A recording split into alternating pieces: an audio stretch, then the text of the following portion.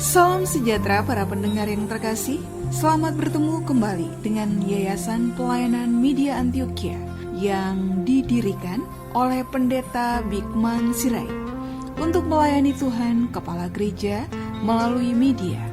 Untuk memperluas wawasan umat Tuhan, PAMA juga menerbitkan tabloid Kristen Reformata, Reformata Online, Reformata Audio Streaming. Juga tersedia buku-buku karya Pendeta Bigman Sirait dan ratusan CD khotbah.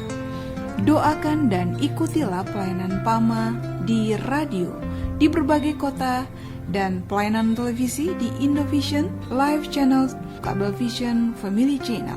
Untuk informasi lebih lengkap, klik www.reformata.com www.reformata.com www.reformata.com. Kini tibalah saatnya kita akan menikmati kebenaran firman Tuhan bersama Pendeta Bigman Sirait. Selamat mendengarkan, Tuhan memberkati. Salam sejahtera saudara yang kekasih di dalam nama Tuhan Yesus Kristus. Kembali kita bertemu dan masih memikirkan tentang Alkitab kita. Kali ini kita akan membicarakan tentang wahyu baru. Apakah memang masih ada wahyu baru atau sudah lagi tidak ada? Ini menjadi persoalan yang cukup serius, bukan? Karena kita perlu memahami dengan jeli sehingga tidak hanya kemudian asal bicara, asal menerima dan akhirnya menjadi banyak kesalahan. Apa kata Alkitab? Nah, itu yang menjadi paling penting. Matius pasal 5, 17 dan 18. Matius pasal 5, 17 dan 18. Janganlah kamu menyangka bahwa aku datang untuk meniadakan hukum Taurat atau kitab para nabi. Aku datang bukan untuk meniadakannya, melainkan untuk menggenapinya. Karena aku berkata kepadamu, sesungguhnya selama belum lenyap langit dan bumi ini, satu iota atau satu titik pun tidak akan ditiadakan dari hukum Taurat sebelum semuanya terjadi. Saudara, kemudian kita akan membaca bagian yang kedua di dalam 1 Korintus 13, 9 sampai 13. 1 Korintus 13, 9 sampai 13, demikian firman Tuhan. Sebab pengetahuan kita tidak lengkap dan nubuat kita tidak sempurna. Tetapi jika yang sempurna tiba, maka yang tidak sempurna itu akan lenyap. Ketika aku kanak-kanak, aku berkata seperti kanak-kanak. Aku merasa seperti kanak-kanak, aku berpikir seperti kanak-kanak. Sekarang sesudah aku menjadi dewasa, aku meninggalkan sifat kanak-kanak itu. Karena sekarang kita melihat dalam cermin suara gambaran yang samar-samar. Tetapi nanti kita akan melihat muka dengan muka. Sekarang aku hanya mengenal kamu dengan tidak sempurna. Tetapi nanti aku mengenal dengan sempurna. Seperti aku sendiri dikenal. Demikianlah tinggal ketiga hal ini, yaitu iman, pengharapan, dan kasih. Dan yang paling besar diantaranya ialah kasih. Nah, kemudian di dalam Wahyu, saudara-saudaraku yang kekasih, pasal yang pertama, Wahyu pertama 1-3. Inilah wahyu Yesus Kristus yang dikaruniakan Allah kepadanya, supaya ditunjukkannya kepada hambanya apa yang harus segera terjadi. Dan oleh malaikatnya yang diutusnya, ia telah mengatakannya kepada hambanya Yohanes. Yohanes telah bersaksi tentang firman Allah dan tentang kesaksian yang diberikan oleh Yesus Kristus, yaitu segala sesuatu yang telah dilihatnya. Berbahagialah dia yang membacakan dan mereka yang mendengarkan kata-kata nubuat ini, dan yang menuruti apa yang ada tertulis di dalamnya, sebab waktunya sudah dekat. Saudaraku yang kekasih, menjadi amat sangat menarik sebetulnya kalau kita memikirkan bagaimana kebenaran itu dinyatakan, diungkapkan, dan bagaimana seharusnya umat itu hidup dan dihidupi olehnya. Pemahaman kita yang pertama, ketika Yesus datang dikatakan dia tidak meniadakan Taurat tapi menggenapinya, yaitu menggenapi PL tentunya, dan segala apa yang ada di dalam PL. Apa yang digenapi? Nubuat-nubuat yang ada di PL. Nubuat di PL semua mengarah kepada satu titik yang sangat jelas, Yesus Kristus. Mulai dari Musa misalnya, Kejadian 3:15, janji tentang keturunan, yang tumitnya akan dirumukkan keturunan ular, tetapi dia akan merumukkan kepala ular itu. Itu Kristus di atas kayu salib. Semua nubuat-nubuatan yang menyangkut adanya pemimpin besar yang dikatakan juga oleh Musa. Lalu juga bagaimana Mika berkata tentang tempat kelahirannya Bethlehem. Lalu Yesaya tentang perawan yang melahirkan, termasuk hamba yang menderita. Bagaimana perjalanan hidupnya. Nah, jadi Yesus bukan meniadakan tapi menggenapi semuanya. Itu satu dulu penggenapan nubuat.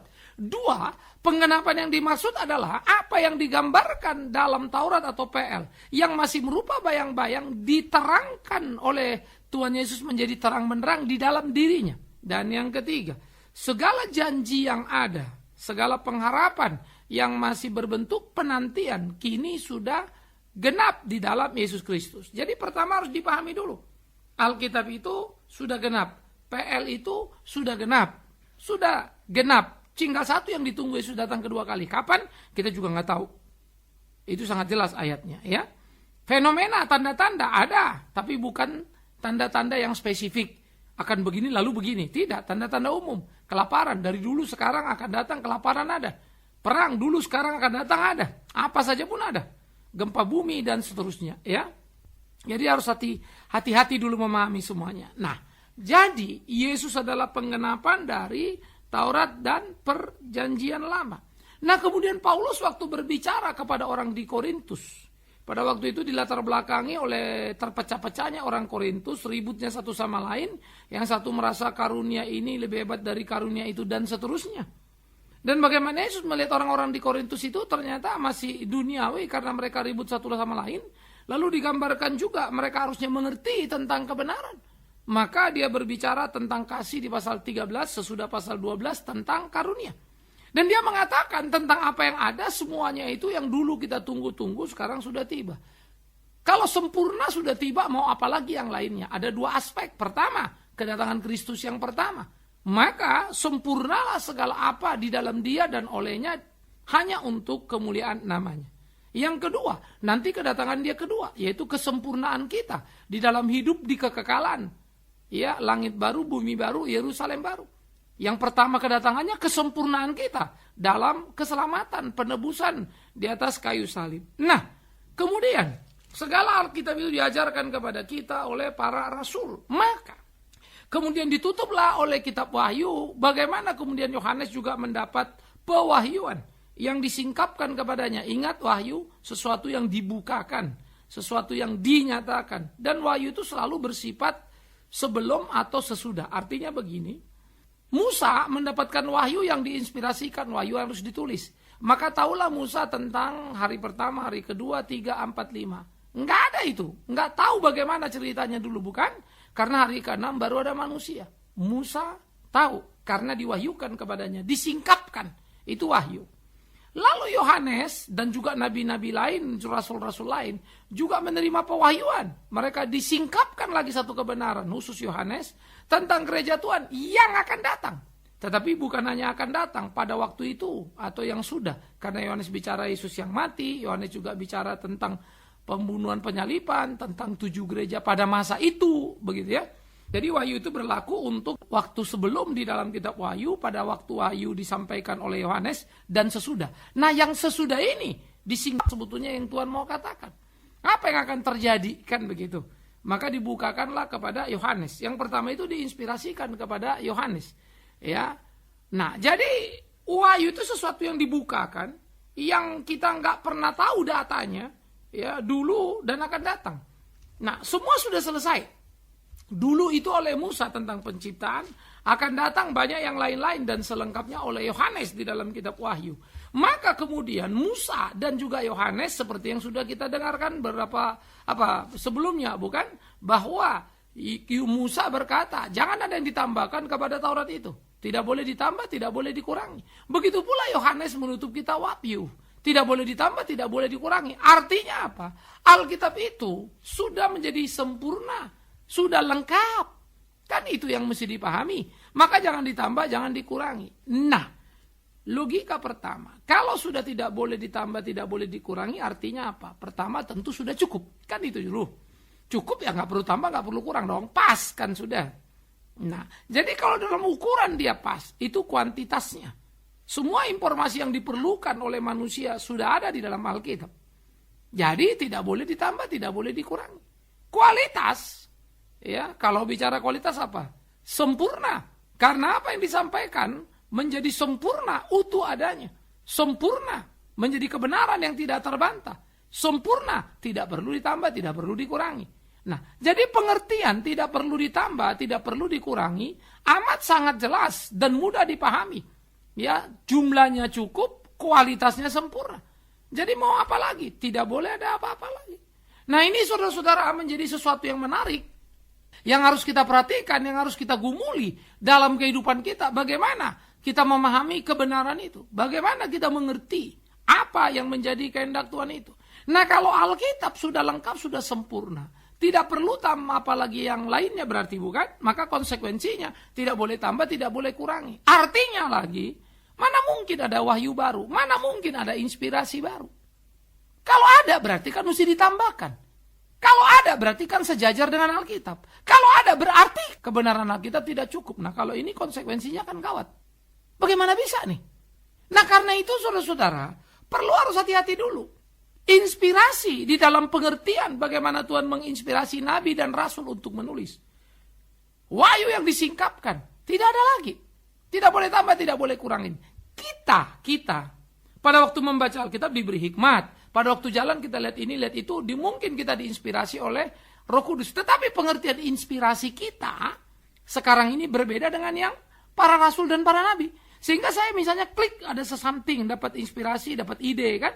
Lalu saya bisa khotbahkan. Bisa benar? Bisa. Bisa salah? Bisa. Nabi sama rasul diinspirasi Tuhan salah bisa nggak? Nggak bisa. Benar, karena mereka dijaga sepenuhnya. Kita nggak tercampur aduk dengan pikiran kita. Karena itu, tidak ada orang yang bisa sejajar dan sederajat dengan Alkitab dalam kebenaran yang tidak salah. Hanya Alkitab itu. Pendeta saya bisa salah? Bisa.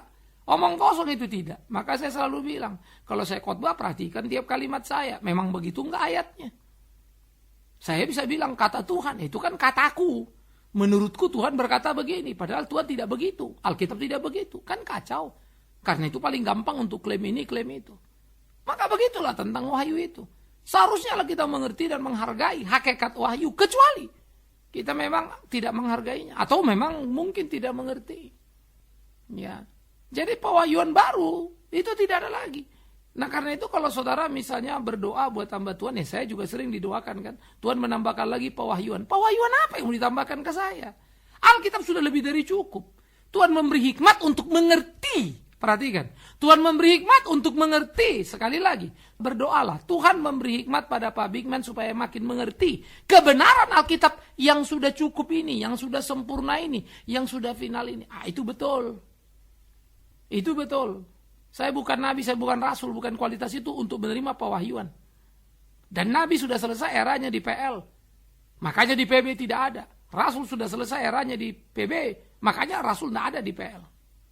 Itu era yang spesifik untuk menulis Alkitab itu. Dan tidak lagi ada orang yang boleh menulis Alkitab selain dari yang sudah ada itu. Ini yang harus kita pahami, saudara. Menulis pendapat kita tentang Alkitab, kita ada hikmat tentang Alkitab, silakan. Tapi itu pun harus diuji. Karena wibawa kita bukan sama dengan nabi, dengan rasul, sekalipun ada orang menabikan dan merasulkan dirinya. Bagi saya itu tetap sesuatu yang menjadi aneh sama sekali. Terlalu meremehkan jabatan yang suci itu. Ya, padahal dengan terang benderang, kalau nabi semua ada di PL. Kalau nabi ada di panjang zaman, kenapa nggak ada di PB? Kenapa mereka nggak nulis di PB? Namanya nabi, nebiim, profesi, nubuat. Itu tugas mereka. Di PB rasul. Kenapa di PL nggak ada rasul? Rasul yang diutus. Itu dalam konteks murid Yesus yang diutus ke dalam dunia. Nggak ada nubuat lagi. Nggak ada lagi nabi menulis di situ. Sekalipun ada beberapa nabi dicatat, itu sudah tinggal era transisi PL ke PB. Tapi mereka tidak pernah bisa menulis apapun di dalam PB. Data itu, fakta itu dengan mudah dilihat. Bagaimana mungkin dipaksakan? Nah, karena itu tidak ada lagi pewahyuan baru, kecuali saudara menganggap Alkitab belum cukup. Seringkali asumsi kita begini, Allah itu kan maha kuasa, tidak bisa dibatasi. Memang Allah tidak bisa dibatasi, siapapun nggak bisa membatasi. Ya karena itu kan Allah bisa saja memberikan kepada orang wahyu baru. Artinya Tuhan melanggar sendiri ayat sucinya, kan begitu. Jadi jangan neko-neko dulu. Jangan menghubung-hubungkan kemahakuasaan Tuhan dengan kesembarangan. Kan begitu. Tuhan Maha Kuasa betul. Tapi dalam Maha Kuasanya dia juga memberi cukup bagi kita Alkitab itu. Jangan tambah, jangan kurangi. Allah tidak bisa dibatasi apapun. Allah itu bergerak sepanjang zaman. Ya justru dia buktikan. Dengan Alkitab yang PLPB. Yang semuanya lengkap ini ya di abad awal. Secara konsili dan secara satu buku komplit itu di tahun 400-an. Di konsili Kalsedon. Ya. Sudah ribuan tahun itu. Tapi benar aja itu. Cukup, nggak perlu tambah-tambah kitab baru, saudara.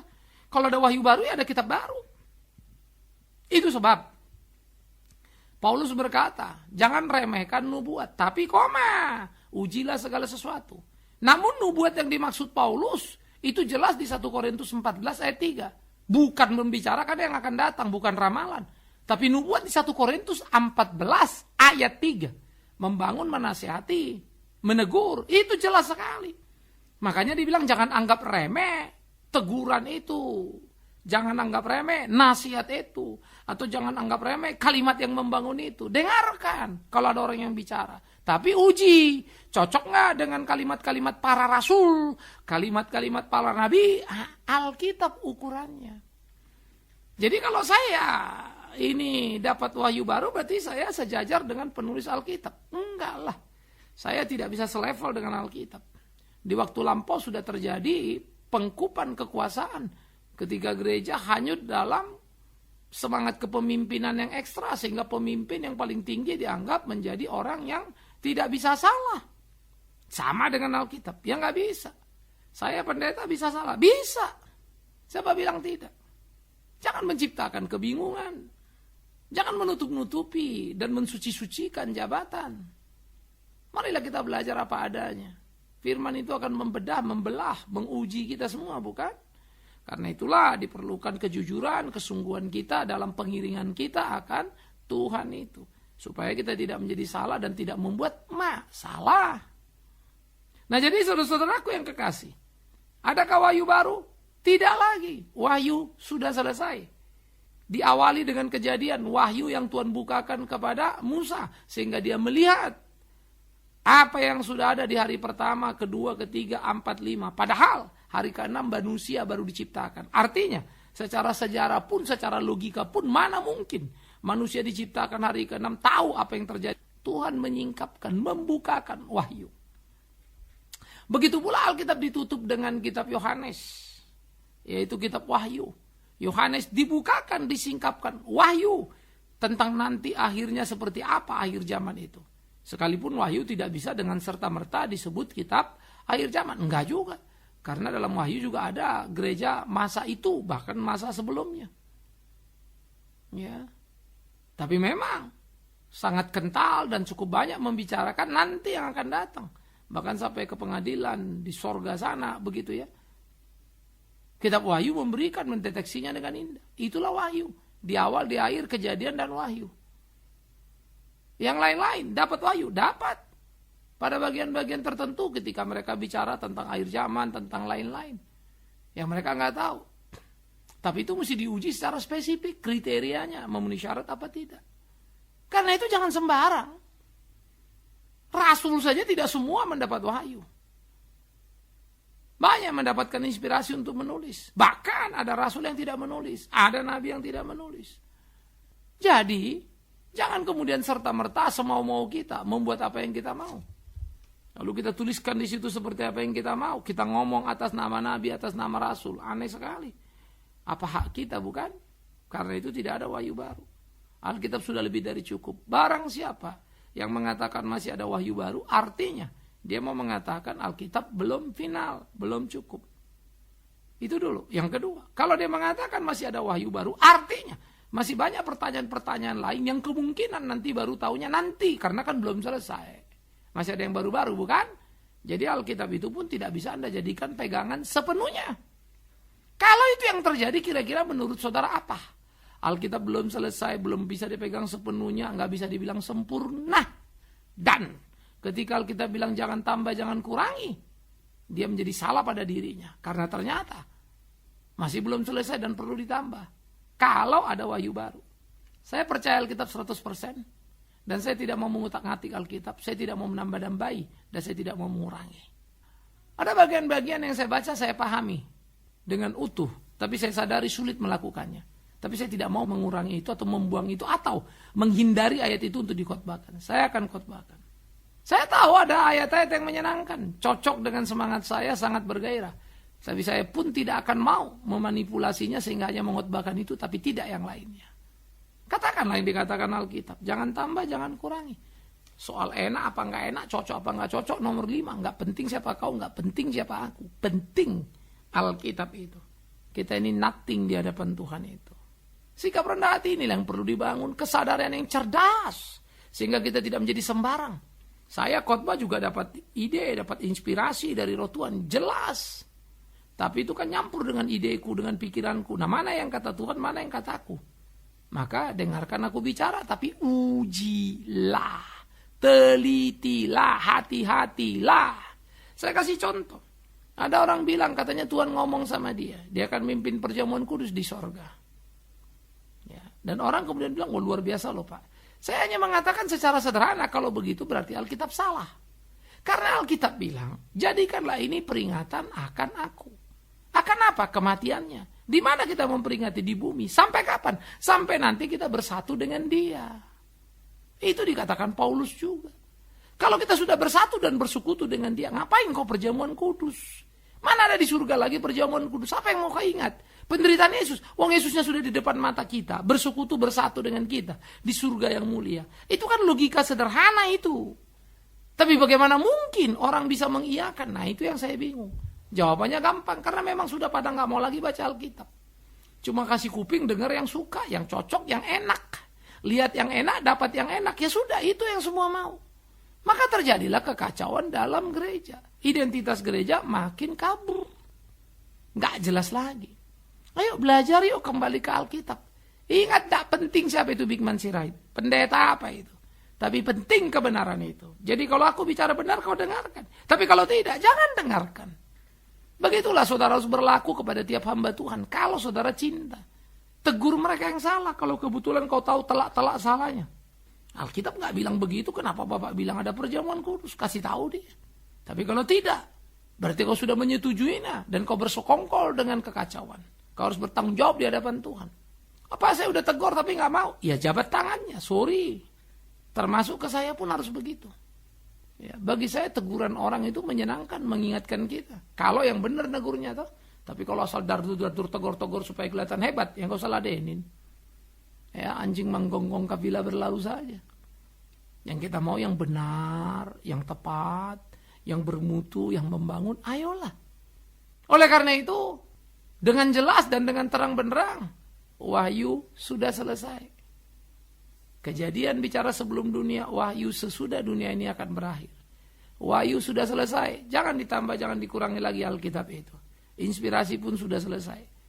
Yang ada adalah ide atau hikmat yang Tuhan berikan, inspirasi kalau kita mau pakai istilah itu, tetapi dengan kualifikasi, kualitas yang berbeda dengan dimaksud inspirasi pada Nabi dan Rasul. Maka kita mengerti apa yang sudah ada tertulis di Alkitab. Nah itulah yang kita khotbahkan. Nggak ada yang baru. Ingat. Lalu bilang kasih setia Tuhan selalu baru tiap hari. Iya itu pengalaman hidup kita sangat terbatas untuk menampungnya. Bedakan itu. Jangan dicampur aduk semua ayat-ayat itu asal ditafsir seenaknya. Lalu lepas dari konteksnya. Dan itu akan menjadi sangat berbahaya. Akhirnya. Saudara-saudaraku yang kekasih, selamat makin teliti menjadi orang Kristen yang hati-hati, yang cinta firman Tuhan sepenuhnya, bukan cinta fenomena. Memberi telinga untuk kebenaran sekalipun sulit untuk dipahami dan dilakukan, tapi jangan kasih telingamu hanya untuk hal yang menyenangkan dan datang yang hanya menikmati dan kenikmatan tubuhmu untuk apa yang kau inginkan dan kau dapatkan. Semoga kita menyadari kedekatan kita dengan Tuhan. Dan dia berkata, kalau kau mau ikut aku, sangkal dirimu, pikul salibmu, ikut aku. Semoga Anda bijak untuk mengerti. Amin. Mari kita berdoa. Kami bersyukur, kami berterima kasih untuk firman-Mu, ya Tuhan. Tolong kami, tuntun kami, bimbing kami. Supaya hidup kami sungguh-sungguh menyenangkan hati-Mu, melakukan apa yang menjadi kehendak-Mu. Sehingga di dalamnya nama Tuhan sungguh dipermuliakan. Berkati sertai kami dalam perjalanan hidup kami untuk semakin mencintai firman Tuhan. Tak berdalih, tak beralasan untuk menambah-nambahkan apa yang sebetulnya hanya cocok untuk kuping kami, tapi tidak dengan kebenaran-Mu. Ampunkan kami karena kami seringkali tak lagi mampu membedakan beriman dan berdukun. Karena itu Tuhan, beri pencerahan pada gereja-Mu untuk berhati-hati dan tak terjebak di sana. Demi Yesus Kristus Tuhan kami, kepala gereja yang sejati, yang sudah menggenapi seluruh nubuat dan wahyu itu, kami berdoa. Amin. Kita telah mendengarkan firman Tuhan yang disampaikan oleh Pendeta Bikman Sirait. Bagi Anda yang merasa diberkati dan ingin menjadi mitra Pama dalam melayani melalui doa, daya dan dana, silakan menghubungi kami melalui telepon 021 392 4229, 021 392 4229. Email di pama_yayasan@yahoo.com, pama_yayasan@yahoo.com. Sampai bertemu kembali di waktu dan gelombang yang sama. Tuhan memberkati.